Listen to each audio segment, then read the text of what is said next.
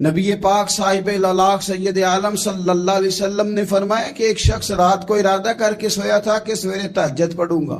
کریم محبوب علیہ السلام فرمانے لگے جس کا تہجد پڑھنے کا ارادہ تھا لیکن نیند غالب آ گئی، اٹھ نہیں سکا، حضور فرماتے ہیں نیند تو اب اس نے پوری کر ہی لی ہے نا۔ قرآن مجید فرقان حمید میں اللہ تبارک و تعالیٰ نے فرمایا اپنے بندوں کو اپنی عبادت کی طرف توجہ دلائیے، اپنے بندوں کے دلوں میں عبادت کا شوق، ذوق اور نظریہ پیدا فرمایا یا ایھا الناس اعبدوا ربکم الذی خلقکم، اے ایمان والو، اے لوگو، اپنے اس رب کی عبادت کرو جس نے تمہیں پیدا کیا ہے، والذین من قبلکم، اور ان لوگوں کو بھی پیدا کیا ہے جو تم سے پہلے تھے۔ تمہیں عبادت کا نفع یہ ملے گا لعلکم تتقون، کہ تم پرہیزگار ہو جاؤ گے۔ عبادت اس لیے کرو کہ اللہ نے تمہیں پیدا کیا ہے، اور اس لیے کہ تم سے پہلے لوگوں کو بھی اللہ نے پیدا کیا ہے۔ اور پھر ارشاد فرمایا کہ الذی جعل لکم الارض فراشا، وہی رب ہے جس نے تمہارے لیے زمین کو فرش بنایا ہے، والسماء بناء، اور آسمان کو چھت بنایا، وانزل من السماء ماء فاخرج به من الثمرات رزقا لکم، زمین کو فرش بنایا، آسمان کو چھت بنایا، پھر آسمان سے پانی برسایا جس کے ذریعے پھل نکالے، اور وہ بھی کسی اور کے لیے نہیں، رزق لکم، تمہارے رزق کے لیے، وہ بھی تمہارے رزق کے لیے۔ یہ ساری نعمتیں تمہیں دی ہیں، اب فلا تجعلوا للہ اندادا، اب تم اللہ کے ساتھ کسی کو شریک نہ بناؤ، وانتم تعلمون، اور تم جانتے بھی ہو، تمہیں خبر بھی، تمہیں پتہ ہے کہ عبادت اللہ کی کرنی چاہیے، تمہیں پتہ ہے کہ نماز پڑھنی چاہیے، تم جانتے ہو کہ نوافل ادا کرنی چاہیے، تمہیں پتہ ہے کہ سجدے آنکھیں بند کر کے جھوٹ کی زندگی جی کے، اپنے ساتھ بددیانتی کر کے، دھوکہ دے کے اپنے آپ کو دائیں بائیں اپنے آپ کو کہیں مصروف رکھ کے کچھ وقت ضائع تو کر لیتے ہو، پر تمہیں پتہ تو ہے نا کہ عبادت اللہ کی کرنی، تمہیں اس کی خبر ہے۔ فرمایا اس رب کی، دیکھیں نا، انسان پر اگر کوئی شخص نیکی کر دیتا ہے، احسان کر دیتا ہے، تو انسان اس کے سامنے پھر گردن نہیں اٹھا سکتا، یار یہ میرے مشکل وقت کا دوست ہے، اس نے میرے ساتھ نیکی کی ہے، کبھی بھی گردن نہیں اٹھائے گا، جھکا کے رکھے گا۔ تو اگر عام کوئی نیکی کر دے تو اس کے سامنے انسان کبھی گردن نہیں اٹھاتا، تو جو رب ساری نعمتیں عطا فرمائے، جو کہے کہ تیری تخلیق میں نے کی، تجھ سے پہلوں کو بھی پیدا میں نے کیا، تیرے لیے زمین کا بچھونا بھی میں نے بچھایا، آسمان کی چھت بھی میں نے لگائی، تیرے لیے زمین سے ساری اناج کو، پھل کو، کھیتیوں کو نکالا بھی تیرے لیے، اب تو اس طرح کر کہ تو میری عبادت کر، تو میری بارگاہ میں جھک جا۔ بہت سارے نشے لوگوں کو لگے ہوئے ہوتے ہیں، ہر آدمی کوئی نہ کوئی نشہ کرتا ہے، کوئی دولت کا کرتا ہے، کوئی شہرت کا کرتا ہے، کوئی اپنی تعریف کا نشہ کرتا ہے، دو چار لوگوں سے تعریف سن کے مطمئن ہو جاتا ہے۔ ناراض تو نہیں ہوگی اس جملے سے؟ آپ کرتے ہیں لوگ دولت کا نشہ بھی، یہ جب نقصان ہوتا ہے تو بندے بیمار نہیں ہو جاتے، پیسے ڈوب جاتے ہیں تو لوگ بیمار نہیں ہو جاتے، تو اس کا مطلب یہ ہوتا ہے کہ نشہ ٹوٹ گیا ہے۔ اب بہک ہوئے ہیں نا تھوڑے سے تو کانپتے ہیں، تڑپتے ہیں، پریشان، نشہ ہی اسی طرح ہی کرتا ہے نا، نہیں ملتا تو پریشان ہوتا ہے۔ یہ سارے نشے ہیں، مختلف قسم کا نشہ۔ ہم مانتے نہیں اس بات کو، تسلیم نہیں کرتے، کیونکہ تسلیم کرنا بڑا مشکل کام ہے، اس کے لیے تو بڑی ساری چیزیں جو ہے وہ دبوچ کے اور بڑی سارے رستے پھلانگ کے آنا پڑتا ہے، تو بڑا مشکل ہے ماننا، ورنہ کرتے ہیں ہم، ہمارا مزاج ہے۔ یہ گھومنے پھرنے کا، دنیا دیکھنے کا بھی ایک نشہ ہے، یہ بہت ساری باتیں کرنے کا بھی ایک نشہ ہے، گپ شپ کا بھی ایک نشہ ہے۔ دو چار لوگوں کی جب تک پگڑیاں نہ کھول لیں، بعض لوگوں کو نیند نہیں آتی، یہ غیبت کا، چغلی کا، بددیانتی کا، یہ بھی ایک نشہ ہے۔ اس پر ملا رومی رحمۃ اللہ نے بڑا کلام لکھا ہے، وہ کہتے ہیں مانگ کے کھانے کا بھی نشہ ہے، مانگ کے کھانے کا بھی نشہ ہے۔ وہ کہتے ہیں کہ ایک بھیک مانگنے والی خاتون تھی، تو بادشاہ کے پاس بھیک مانگنے آئی، تو بادشاہ کو پسند آ گئی، اس نے شادی کر لی۔ اب اس کو عادت تھی بھیک مانگ کے کھانے کی، تو وہ کنیزوں سے کہا کرتی تھی کہ فٹافٹ نہ روٹی لے کے آیا کرو، میں 2-3 دفعہ مانگوں تو پھر لایا کرو، کیونکہ ایک نشہ ہے نا، تو میں مانگوں 2-4 دفعہ تو پھر۔ تو انسان بہت سارے نشے کرتا ہے، یہ مانتا نہیں، یہ موبائل، یہ فیس بک، یہ سارے نشے ہی ہیں، اپنی فوٹو لگا لینا، سارا دن اسی کو دیکھتے رہنا۔ اور بڑے بڑے سیانے بندے جو وزادار ہیں، بڑے وزادار لوگ ہیں، لیکن وہ بھی سنجیدگی کے قائل نہیں، اس طرح کے نشوں کا شکار ہے۔ یہ سارے نشے ہیں جو ہم نے پال لیے۔ ہمارے صوفیاء، ہمارے بزرگ فرماتے ہیں کہ تم اس طرح کرو، اگر سارے نشوں سے بچنا چاہتے ہو تو سجدے کا نشہ شروع کرو، سجدے کا نشہ شروع کرو۔ یہ نا اقبال کہتے ہیں، عطار ہو، رومی ہو، رازی، آپ بات کو سمجھیں، عطار ہو، رومی ہو، رازی ہو، غزالی ہو، کچھ ہاتھ نہیں آتا بے آہ سحر گاہی۔ کہتے ہیں بہت بڑا صوفی ہو جیسے فرید الدین عطار تھے، بہت بڑا تصوف کا امام ہو جیسے امام غزالی تھے، بہت بڑا تفسیر کا استاد ہو جیسے امام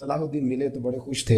میں نے کہا پتر کیا ہوا؟ کہنے لگے حضور وہ بحری بیڑے دو آ رہے تھے نا اسلحہ لے کے, دونوں ڈوب گئے پانی میں ڈوب گئے. تو بابا جی کہنے لگے صلاح الدین وہ پانی میں نہیں ڈوبے, وہ تیرے آنسوؤں میں ڈوب گئے, وہ غرق ہو گئے. وہ جو تو نے مسلح بات کیا تو وہ تیرے آنسوؤں میں ڈوب گئے, وہ غرق ہو گئے. وہ تباہ اتنے قیمتی تھے تیرے آنسو کے بہا لے گئے دشمن کے بحری بیڑوں کو. میرے بھائی ٹھیک ہو گیا جی, میرے عزیز سمجھ لیں اس بات کو ہمیشہ کے لیے, اور اس پر غور کرنے اچھے طریقے سے کہ میرے رسول کریم سید عالم صلی اللہ علیہ وسلم نے نا ہماری توجہ دلائی, حضور نے ہمیں بتلایا, ہمارا ذوق بڑھایا عبادت کی طرف. ایک صحابی تھے حضرت ابو فاطمہ رضی اللہ تعالیٰ عنہ, یہ ترمذی شریف کی حدیث ہے. نبی پاک علیہ السلام نے فرمایا ابو فاطمہ قیامت کے دن مجھ سے جلدی ملنا چاہتے ہو کہ دیر کے ساتھ؟ تو کہنے لگے حضور کون ہوگا جو دیر سے ملنا چاہے گا, ہم نے تو جان دے دی وعدہ دیدار پر.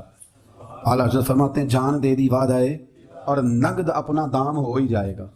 مجھے لگتا ہے کہ یہ سودا نقد و نقد ہو جانا ہے, کیونکہ ہم نے جان دے دی وعدہ دیدار پر. آپ نے وعدہ کیا تھا کہ مریں گے تو پھر زیارت ہوگی, تو مر گئے ہم زیارت کی خاطر. جان دے دی وعدہ دیدار پر تو نقد اپنا دام ہو ہی جائے گا. اے رضا ہر کام کا ایک وقت ہے, دل کو بھی آرام ہو ہی جائے گا. تو حضرت ابو فاطمہ رضی اللہ تعالیٰ عنہ سے نبی پاک صلی اللہ علیہ وسلم نے فرمایا جلدی ملنا چاہتے ہو کہ دیر سے؟ عرض کی حضور فٹافٹ ملنا ہے, میں نے قیامت کے دن آپ سے جلدی ملنا ہے. تو نبی پاک علیہ السلام نے فرمایا پھر اس طرح کرنا, دنیا میں رہ کے سجدے زیادہ کرنا, پھر سجدے زیادہ کرنا, قیامت میں ملاقات جلدی ہو جائے گی, قرب ملے گا تمہیں. اپنے بچوں کے اندر دیکھیں نا, ہم شوق پیدا کرتے ہیں, ہمیں صحیح لفظ نہیں بولنے آتے پر ہم بچوں میں شوق پیدا کرتے ہیں کہ پتر ڈاکٹر بن جائے گا تو بڑا نفع کرے گا, تو لوگوں کی خدمت کرے گا, ملک و ملت کی خدمت کرے گا, تیرے ابا کا نام روشن ہوگا, تیرے دادا کی تعریفیں ہوں گی. ہم یہ ذوق پیدا کرتے ہیں. ہم اپنے نوجوانوں کے اندر یہ فکر پیدا کرتے ہیں, انہیں ہم سمجھاتے ہیں کہ میاں جب تم پڑھو گے محنت کرو گے تو فلاں آدمی کی طرح تمہارا نام ہوگا. یہ جتنا ذوق ہم بچوں کے اندر ان چیزوں کا پیدا کرتے ہیں, ہمیں حکم ہے کسی طرح ہم ذوق پیدا کریں کہ پتر نماز پڑھے گا تو اللہ راضی ہو جائے گا, تو سجدہ کرے گا. دیکھیں نا میرے رسول کریم علیہ السلام نے فرمایا 7 سال کے بچے کو مسجد لے کے جاؤ, یعنی اسے شوق دلاؤ, اس کے اندر یہ خاصیت پیدا کرو کہ اس کا دل کرے مسجد میں جانے, اس کے اندر یہ خصوصیات لاؤ کہ وہ ہمارے ہاں نا ہر چیز کو پروموٹ کیا جا رہا ہے, ہر چیز کو, یعنی سر سنگیت سکھانے کے لیے اکیڈمیاں بن گئی, ہر شے پروموٹ ہو رہی ہے. عبادت کا جذبہ کم ہوتا جا رہا ہے, اللہ کا ذوق ہمارے اندر نہیں رہا. اور اتنا مشکل ہم نے اپنے لیے بنا لیا ہے کہ وہ بندہ جو بڑی زبردست مذہبی گفتگو کر رہا تھا اور تگڑی بات کر رہا تھا, کیا بات ہے, لیکن نماز کے بارے میں کمزوری دکھا جاتا ہے, نوافل کے بارے میں وہ چپکے سے نکل جاتا ہے. امام احمد بن حنبل رحمۃ اللہ تعالیٰ علیہ, مسند امام احمد بن حنبل 14 جلدوں میں ہے مارکیٹ میں, اور مجھے تو خیر پسند ہی پڑی ہے, میں نے تو کئی دفعہ پڑھی ہے. اور کیا بات ہے امام احمد بن حنبل کی, کیسے تگڑے قسم کے محدث تھے, اور اللہ نے کتنا انہیں اعزاز عطا فرمایا ہوا تھا. یہ کوڑے بھی کھاتے تھے دین کی خاطر, سارا کرتا لہو سے بھر بھی جایا کرتا تھا. بڑا اعزاز والا شخص تھے, بڑے اعزاز والے. حدیثیں جمع کرنا, حدیثیں لکھنا, حدیث پڑھانا, سارا دن رہتے تھے. کہہ سکتے تھے کہ میں کر تو رہا ہوں کام, اور حدیث بھی موجود ہے کہ عالم عابد سے افضل ہوتا ہے, پر اس کے باوجود امام احمد بن حنبل رحمۃ اللہ علیہ 300 نفل فرض نمازوں کے علاوہ پڑھا کرتے تھے, 300 نوافل روز پڑھا کرتے تھے. ان کے بیٹے نے کہا ابا جی مکان خریدنا ہے تو جگہ کہاں کر کے لوں, بہت ساری آبادیاں. تو فرمایا پتر وہاں لینا جہاں مسجد قریب ہو. میرے رسول کریم سید عالم صلی اللہ علیہ وسلم اتنا پسند کرتے مسجد کو, اتنا پسند کرتے نماز کو, کہ رسول کریم صلی اللہ علیہ وسلم تہجد کی نماز بھی پڑھتے, پھر حضور فجر کی نماز بھی پڑھتے. نبی پاک وطر کو الگ کر کے پڑھتے, عشاء کے ساتھ نہیں پڑھتے. یہ تو ہم اس لیے اجازت دی ہمارے بزرگوں نے کہ بعد میں اٹھے گا کون علیحدہ وطر پڑھنے کے لیے, عشاء کے ساتھ پڑھ لے. وطر پڑھتے, تہجد پڑھتے, فجر پڑھتے, اشراق پڑھتے, چاشت پڑھتے, مغرب کی نماز کے بعد 6 رکعت اوابین پڑھتے, پھر رات کو صلاۃ اللیل پڑھتے. سیدہ عائشہ صدیقہ کہتی ہیں زمانہ سو جاتا اور میرے رسول مصلی بچھا کے کھڑے ہو جاتے. او یار کھیتی باڑی کر کے نہیں, محنت مزدوری کر کے نہیں. جناب عائشہ کہتی ہیں میں یہ بھی دیکھتی کہ حضور ایک آیت شروع کرتے تو ساری رات اسی کو پڑھتے, اور میری نظر جاتی تو قدم مبارک پہ ورم آ جاتا.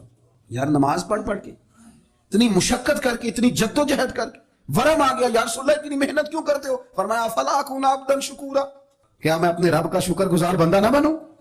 صحابہ کا ذوق عبادتوں کا, ریاضتوں کا, تلاوتوں کا, طبیعت ہے ان کی.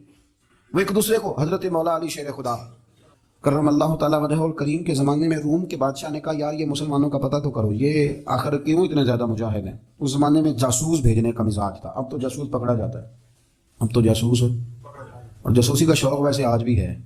عرض کروں تھوڑی سی بات اس عنوان سے, پتہ کیا ہمارا مسئلہ ہے, ہم جہاں جاتے ہیں نا وہاں تھوڑی خوشبو سونگنے کی کوشش کرتے ہیں. وہ کیا ہے تو یہ کیا ہے تو ادھر کیا ہے تو تھوڑا سا ادھر کیا ہے. میرے رسول پاک پڑھیے درود شریف سارے پڑھیے ذرا زور سے صلی اللہ تعالی.